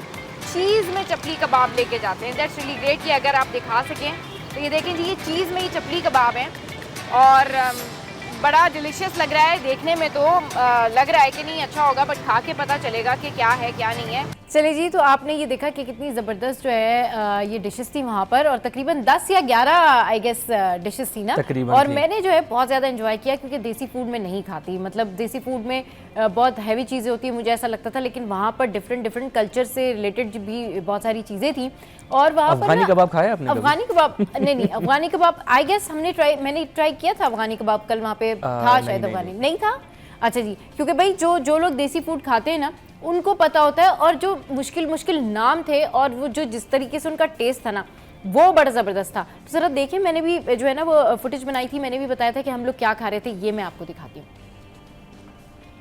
चले जी, आपने देखा कि ये इतने मुश्किल नाम थे लेकिन टेस्ट बड़ा ज़बरदस्त था। ये बिरयानी का नाम ज़रा क्लियर करें कि आप बिरयानी का नाम था। मुझे आपने इतने मुश्किल नामों में जो है ना वो फंसा दिया था वहाँ पे। बिरयानी का नाम था बीफ बिरयानी होती है, डेढ़िया भी कहा जाता है, हाँ। उसको डेवड़ा भी कहा जाता है। हाँ। और इस वजह से कहा जाता है कि इसका ये हिसाब होता है कि अगर 1 किलो चावल है तो उसमें 1.5 किलो गोश्त होगा। ओके, यानी जो भी उसकी क्वांटिटी उससे 1.5 गुना ज्यादा गोश्त होगा, इसी वजह से उसको डेढ़िया या डेवड़ा बिरयानी कहा जाता है।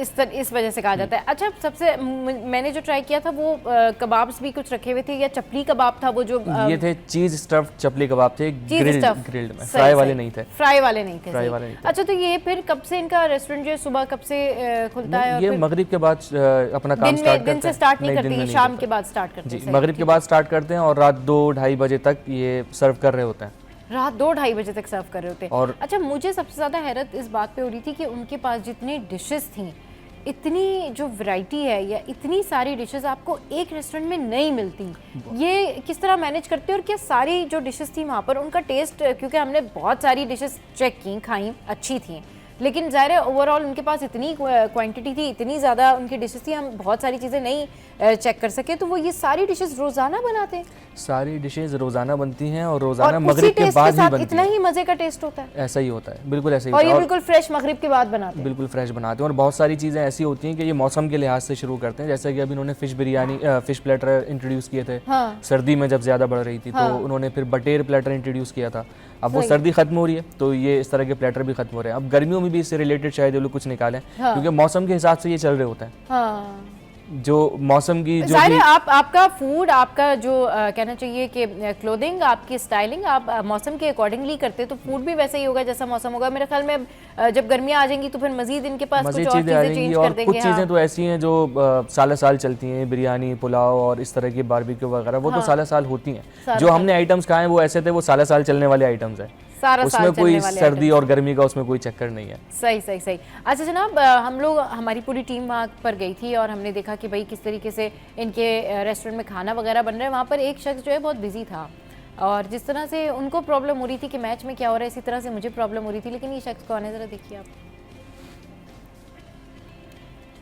ये हमारी टीम के एक मेंबर हैं जो कि मेरी ही तरह टेंशन ले रहे थे काम के दौरान भी, और बार बार मैं इनसे पूछ रही थी और वो मुझसे पूछ रहे थे, लेकिन किस बारे में बात हो रही थी और किस वजह से टेंशन हो रही थी ये भी हम आपको बताएंगे, तो ज़रा देखें।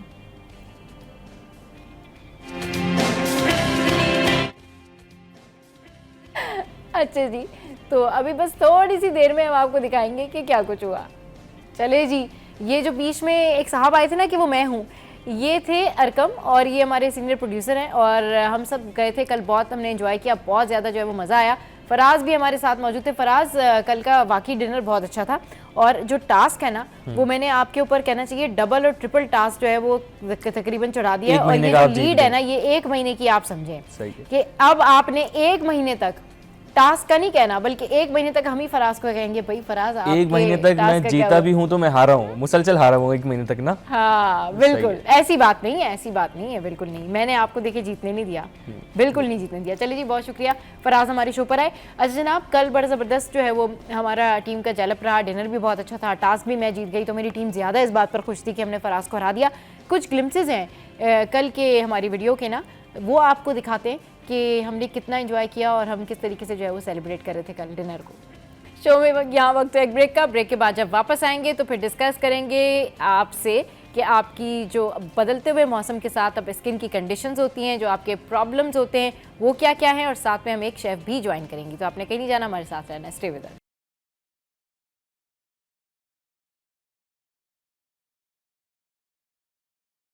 Welcome back. तो अब कुछ बात करते हैं हम कि बदलते हुए मौसम में आप अपनी केयर कैसे कर सकते हैं, क्योंकि जब सर्दियों का मौसम होता है तो डेफिनेटली रेमेडीज़, टिप्स और मेडिसिन जो होती है, केयर जो होती है वो डिफरेंट होती हैं।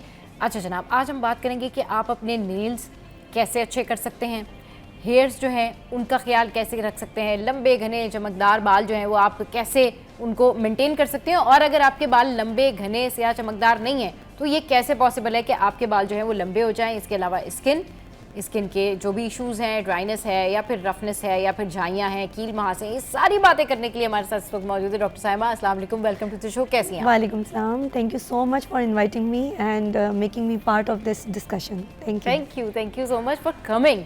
अच्छा जनाब, साइमा ये बताएं कि सबसे पहले स्टार्ट करते हैं हम कील महासे, झाइयाँ, दाग धब्बे, थोड़ी सी स्किन की बात कर लेते हैं। अब क्योंकि मौसम चेंज हो रहा है तो जो स्किन की प्रोडक्ट्स हैं वो भी चेंज हो जाती हैं, और बहुत सारे लोगों का फेस वॉश भी चेंज हो जाता है, इस तरह से चीज़ें होती हैं ना। अब गर्मियों में क्या होता है कि सनबर्न बहुत ज़्यादा देखने में आता है। Exactly. जितनी आपने सारी सर्दी में केयर की होती है ना अपनी स्किन की, तो गर्मियों में क्या होता है कि सारा बिल्कुल वो टाइम होता है कि आपकी स्किन बर्बाद होने वाला टाइम होता है, क्योंकि आप कितना बचेंगे धूप से।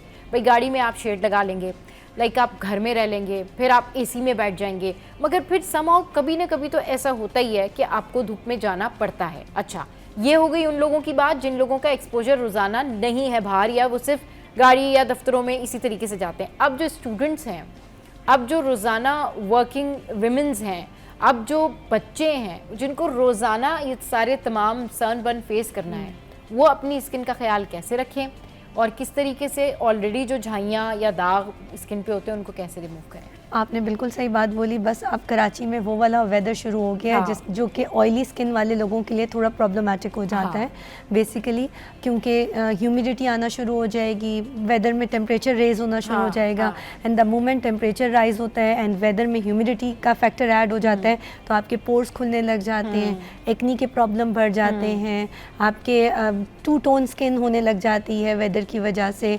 स्किन के ऊपर सनबर्न का इफेक्ट ज़्यादा होने लग जाता है, और प्लस कोई भी चीज़, कोई भी मेकअप, कोई भी प्रोडक्ट आपके फेस पे नहीं टिकती, और लोग बहुत परेशान हो रहे होते हैं इस चीज़ को लोग लेके। बहुत ज़्यादा इस बात को लेकर ना परेशान हो रहे होते हैं। अच्छा, ये बताएं कि झाइयाँ जो होती है ना, यानी एक स्किन है उसके ऊपर झाइयाँ सी हैं, और या फिर स्कार्स आप उनको कह लें, या फिर टू टोन की वजह से भी, बहुत सारे ऐसा होता है कि टू टोन की वजह से भी जो है ना वो ये बात हो रही थी कि ये शायद झाइयाँ, लोग उसमें आइडेंटिफाई नहीं कर पाते। तो क्या इलाज है इसका, क्या करें? बिल्कुल, फेस देखिए से खत्म छाइयाँ करने जो के लिए? है वो मल्टीपल टाइप्स की होती हैं। इट्स नॉट खाली छाइयाँ, इट्स लाइक फ्रेकल भी हो सकते हैं, जो माइल्ड छोटे छोटे स्पॉट्स जिनको हम सन स्पॉट्स, एज स्पॉट्स कहते हैं, वो भी हो सकते हैं। इसके अलावा मलाजमा या पिगमेंटेशन हो सकती है, जिनको हम उर्फ़ आम में छाइयों का नाम दे रहे होते हैं। इनकी सिवेरिटी भी डिफरेंट है। कुछ ऐसी चीज़ें हैं जैसे अगर सन स्पॉट बना है या एज स्पॉट बन रहा है तो वो तो कवर अप हो सकता है थोड़ा कम टाइम में, बट अगर मलाजमा डेवलप हो गया है और स्किन की डीपर लेयर में है तो फिर उसको रिकवर करना थोड़ा सा मुश्किल हो रहा होता है। प्लस हमें ये भी देखना ज़रूरी होता है कि ये जितना भी पिगमेंटेशन है इसकी रूट कॉज क्या है, इज़ इट इंटरनल और इज़ इट एक्सटर्नल। अगर तो वो अंदरूनी अवामिल की वजह से है, जिसमें हमारे हार्मोन के चेंजेस, PCOS और साथ में हमारे थायराइड का मसला ये शामिल हो सकता है। इसके अलावा लिवर की कुछ प्रॉब्लम्स की वजह से आपके चेहरे पे दाग धब्बे आ सकते हैं, किडनी के इशू की वजह से आपके चेहरे पे दाग धब्बे आ सकते हैं, वो लोग जिनको शुगर का मसला होता है उनके चेहरे पे दाग धब्बे आ सकते हैं।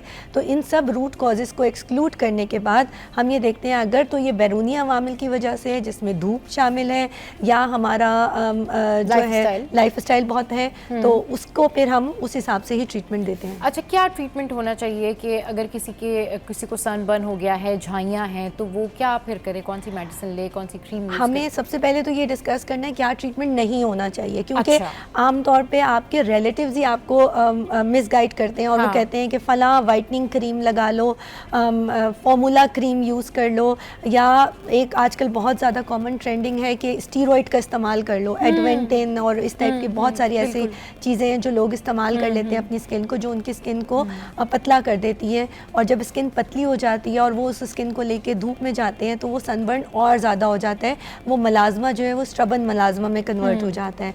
तो इसके साथ साथ हमें सबसे पहले तो विज़िट करना चाहिए किसी स्पेशलाइज्ड पर्सन के पास, जिसमें आपके डॉक्टर शामिल हैं, डर्मेटोलॉजिस्ट हैं या एस्थेटिक फिजिशियंस हैं। आप उनके पास विज़िट करें, अपनी स्किन की एग्जामिनेशन करवाएं, वो आपको कुछ टेस्ट लिख के देंगे, आपके वो टेस्ट किए जाएंगे, उसके बाद एक्सक्लूड किया जाएगा इंटरनल कॉजेज़ को, और अगर वो किसी एक्सटर्नल कॉज की वजह से या इवन इफ इंटरनल कॉज की वजह से भी है तो हम साइड बाय साइड दोनों ट्रीटमेंट्स को चला सकते हैं कि आपकी अगर हार्मोनल प्रॉब्लम है उसका ट्रीटमेंट दें और साथ ही साथ आपकी स्किन को इम्प्रूव करने के लिए एज अ डर्मेटोलॉजिस्ट हम आपकी स्किन पे काम करें। अच्छा साइमा, फार्मूला क्रीम्स जो होती हैं, ये जो 4-5 क्रीम मिला के जो एक क्रीम बनती है और वो पूरी दुनिया में सबकी फेमस होती है, जिसमें आप क्या होते हैं 10 दिन में गोरे, 5 दिन में गोरे, मतलब ये लिटरली लोग इतने गोरे हो जाते हैं और हो जाते हैं लोग गोरे, लेकिन वो एक अलग बात है कि फिर वो बाद में उनकी जो स्किन है वो बेकार हो जाती है, दीगर इश्यूज शुरू हो जाते हैं। स्टिल लोग अभी तक भी ऐसी क्रीम्स का इस्तेमाल करते हैं जो 4-5 क्रीम्स मिलाने के बाद वो उनको जल्दी से गोरा कर देती है। ज़रा उन लोगों के लिए एक मैसेज बता दें कि ये कितना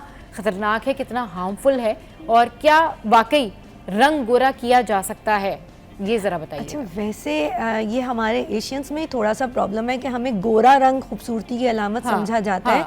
अदरवाइज इंटरनेशनली अगर हम देखें तो जो मीडियम कॉम्प्लेक्शन है ना, जो नेचुरली एशियंस का कॉम्प्लेक्शन है, वो बहुत खूबसूरत कॉम्प्लेक्शन कंसिडर किया जाता है।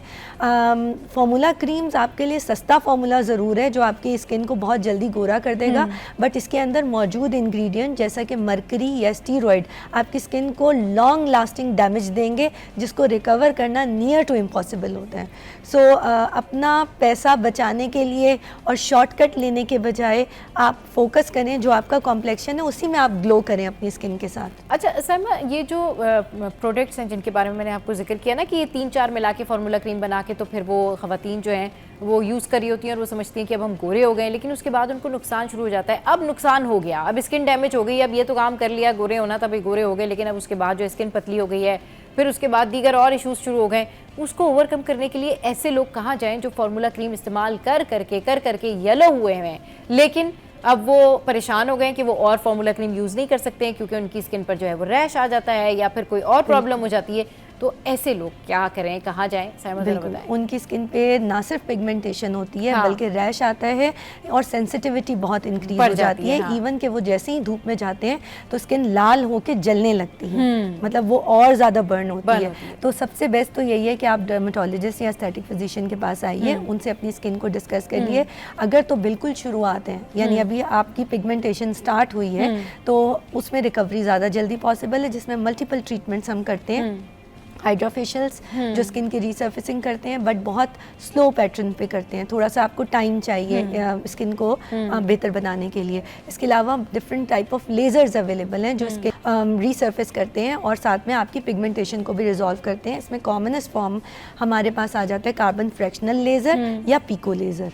थर्ड टाइप में हमारे पास केमिकल पीलिंग भी आती है, but again before using chemical peel हमें पेशेंट के साथ डिटेल काउंसलिंग करनी होती है कि आपको डाउन टाइम भी मिलेगा, आपने आफ्टर केयर प्रॉपर करनी है, and plus as a doctor we need to assess कि इनकी स्किन ऑलरेडी इतनी थिन आउट तो नहीं हो गई कि हम केमिकल पील करें, केमिकल पील करें, हाँ कर भी सकते हैं या नहीं कर सकते, पता चले स्किन जो है वो पतली हो जाती है। अच्छा, पतली स्किन का भी जो है ना वो हल पूछेंगे भी साइमा से, लेकिन अभी कॉलर ने हमें ज्वाइन किया। अस्सलाम वालेकुम, कौन बात करी, कहाँ से? कैसी हैं आप? मैं बिल्कुल ठीक ठाक, आप बताएं। बस अल्लाह का शुक्र है। आप ये बताएं कि आपके बालों की खूबसूरती का राज क्या है? मेरे बालों की खूबसूरती का राज क्या है? भाई मेरे बालों की खूबसूरती का राज है एक सादा सा शैम्पू और रोज़ाना अच्छे से वॉश करना, और मैं ऑयलिंग नहीं करती। चलिए, अच्छा है, बहुत अच्छी बात है, माशाल्लाह। अच्छा डॉक्टर, आपको बहुत सलाम हो। डॉक्टर, मुझे जल्दी से दो क्वेश्चन कर लेता, क्योंकि हम तो बेसिकली बाहर काम करते हैं, बाहर फील्ड में होते हैं। तो एक्चुअली सन ब्लॉक, बहुत गर्मी जब होती है तो हम उसमें कौन सा सन ब्लॉक ऐसे मर्दों को कौन सा इस्तेमाल करना चाहिए? दूसरा एक बात मैं जो पूछना चाहता हूँ, जनरल बात है, उसका जवाब मुझे जरूर चाहिए कि आपकी नजर में ब्यूटी क्या है?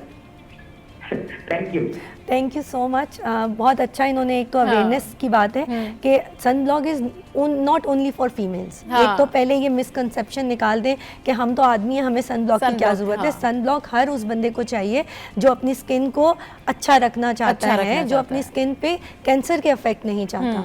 तो सन ब्लॉक खरीदने से पहले आप ये बहुत ज़्यादा ध्यान रखें कि आपका एक्सपोजर कितना है धूप का। अगर तो आपका फील्ड वर्क ऐसा है कि आपको दिन के 2 से 3 घंटे धूप में पीक टाइमिंग में खड़े होना होता है, तो उसमें आप फिर वो सन ब्लॉक प्रेफर करेंगे जिसके अंदर zinc oxide, titanium oxide and physical sun block हो वो। सही। अच्छा, अब बहुत सारे क्या होता है कि चले स्टूडेंट्स हो गए, ऑब्वियसली उनका भी वास्ता धूप से बड़ा पड़ता है, और जो स्पोर्ट्स में होते हैं ना, जितने भी लोग, जैसे कि कोई टेनिस खेल रहा है, फुटबॉल खेल रहा है, क्रिकेट है, तो वो लोग कौन सा सन ब्लॉक यूज़ करें? क्योंकि हमने अपने क्रिकेटर्स को देखा होगा कि वो अक्सर उन्होंने जो सन ब्लॉक या कहते हैं सन स्क्रीन पहनी होती है, उसमें वाइट सा कुछ हो रहा होता है।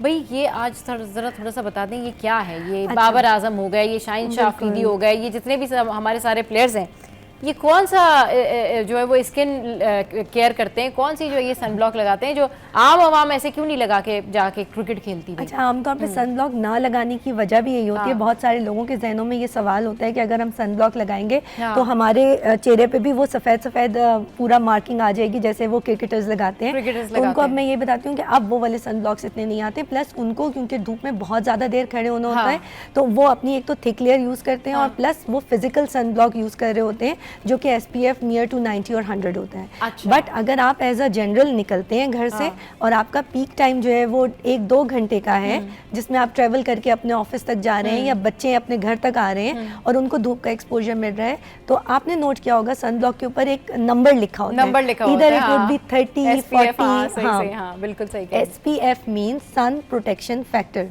Sun protection मतलब कि factor, right. आपको उससे सन से कितनी प्रोटेक्शन कितने % पे मिलेगी। SPF 50+ आपका सन ब्लॉक लाजमी होना चाहिए। प्रेफरेबली जितना आपका धूप का एक्सपोजर बढ़ता जाएगा, जैसे अगर कोई ट्रैफिक पुलिस ये में, कराची के एटमॉस्फेयर के वाले कराची के environment अच्छा जी, 50 तकरीबन जो है वो आपका SPF होना ही चाहिए, क्योंकि जो कराची में गर्मी है, जो एटमॉस्फेयर है वो इसी तरह का है कि आप उससे कम जो अगर SPF लेंगे तो वो जाहिर सी बात है इतना ज़्यादा आपकी स्किन को कवर नहीं कर सकेगा, डैमेज होने के चांसेस ज़्यादा हैं। अच्छा, अब क्योंकि साइमा हमारे साथ हैं और डर्मेटोलॉजिस्ट हैं और इनको देख के पता चल जाता होगा कि भाई किसने कौन सा जो है वो सन ब्लॉक वेयर किया हुआ है, अगर वो नज़र आ रहा है जैसे कि हमारे क्रिकेटर्स का नज़र आता है। ज़रा ये बताएं, बाबर आजम, शाहीन शाह अफरीदी, इन्होंने जो मुख्तलिफ किस्म के सन ब्लॉक यूज़ किए हुए होते हैं, कुछ आइडिया होता है आपको देख के, इनकी जो लेयर होती है उसको देख के कि अच्छा ये इन्होंने ये वाली प्रोडक्ट यूज़ की होगी या ये सन ब्लॉक लगाया हो? ज़रा लोगों को पता चले, उनके फैंस हैं वो भी फिर जाएं सन ब्लॉक लगाएं। ये लोग तो जो है वो काले होने से बच जाते हैं, लेकिन जो आम आवाम है, जो स्टूडेंट्स हैं, जो क्रिकेट खेल रहे हैं, वो बेचारे काले हुए जा रहे हैं। ज़रा बताएं। अच्छा देखिए, सन ब्लॉक डेफिनेटली ये हमें ज़रूर पता लग जाता है कि this is a physical sun block, but we can't identify the brand as such, क्योंकि there are multiple international brand as well as the local brands जो कि फिजिकल सन ब्लॉक में अवेलेबल हैं। तो ज्यादातर ये जो नजर आ रहे होते हैं, ये जो Physical थिक सी sunblock लेयर हैं। लगाई होती है, बाबर आजम हो गया या शाहीन शाह अफरीदी हो गया, आपको लगता है फिजिकल सन ब्लॉक यूज ये फिजिकल सन ब्लॉक्स हैं। फिजिकल सन ब्लॉक की पहचान यही है कि वो आपके चेहरे पे थोड़ी देर के लिए कास्ट करता है। Cast is that white layer जो कि अपीयर होती है। बट चूंकि मैंने बताया अब बहुत अच्छे सन ब्लॉक्स आ रहे हैं, तो अब आपने देखा होगा क्रिकेटर अब सफेद नहीं दिख रहे होते यूजुअली, तो वो फिजिकल सन ब्लॉक। तो आप इन हमारे क्रिकेटर्स को भी क्या सजेस्ट करेंगी कि भाई आप लोग भी कौन से सन ब्लॉक यूज कर ले, जरा बताएं। डेफिनेटली बहुत सारे ब्रांड्स हैं, can I name the brands as well? नहीं, ब्रांड के नाम नहीं, लेकिन वैसे ही आप बताएं ना। हाँ बिल्कुल, मैंने आपको बताया कि SPF बताएं। SPF बाबर आजम को कोई मशवरा देते हैं आप? SPF 70, SPF 80, वो लोग जैसे मैंने आपको बताया जिनका फील्ड वर्क बहुत ज़्यादा है और 10 to 12 आवर्स वो धूप में खड़े होते हैं, तो उनके लिए बेहतर ये है कि SPF 70 या 70+ या 90 तक यूज़ कर सकते हैं, they can use. And plus along with that उनका सन प्रोटेक्शन फैक्टर के साथ UVA एंड UVB के अगेंस्ट जो प्रोटेक्शन होती है, इट शुड बी 3+। सही, that we call PA 3+. तो PA mean protection against A rays of the sun. चलिए जी, बहुत शुक्रिया। डॉक्टर साहिबा हमारे साथ शो पे मौजूद थी और जाने से पहले आपको बताते हैं कि आपको अपनी स्किन केयर करनी चाहिए, क्योंकि अगर आप अपनी स्किन केयर करने के आदी हैं तो अगर आप इस जगह पर भी मौजूद हो ना तो आप अपनी स्किन केयर नहीं छोड़ते। ये वीडियो देखिए। जनाब, ये खातून है जिनकी वीडियो ये वायरल और ये हॉस्पिटल में है, लेकिन ये कर रही हैं अपना मेकअप और इससे जो है पॉजिटिव इंस्पिरेशन भी ली जा सकती है कि इंसान को इतना जिंदा दिल होना चाहिए। शो का टाइम हो गया एंड अप। अपना बहुत ख्याल रखिए, हंसते रहिए, मुस्कुराते रहिए, लेकिन अभी जब ब्रेक के बाद हम वापस आएंगे तो फिर आपसे करेंगे ढेर सारी और बातें।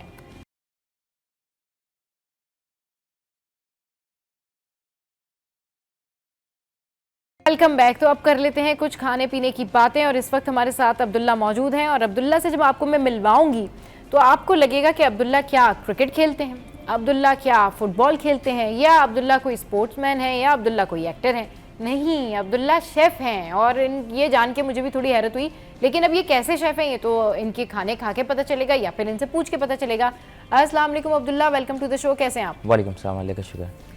अच्छा, ये बताएं अब्दुल्ला कि आपको देख के ना ऐसा लगता नहीं है कि आप शेफ़ होंगे। माशाल्लाह, यू आर सो यंग। और आप ये, अब मैं क्या पूछूं आपसे कि भाई आपको बचपन से शौक था कि आप खाते थे खाने, या आपको शौक था कि आप शेफ़ बन जाएं? क्या ज़रा बताएं।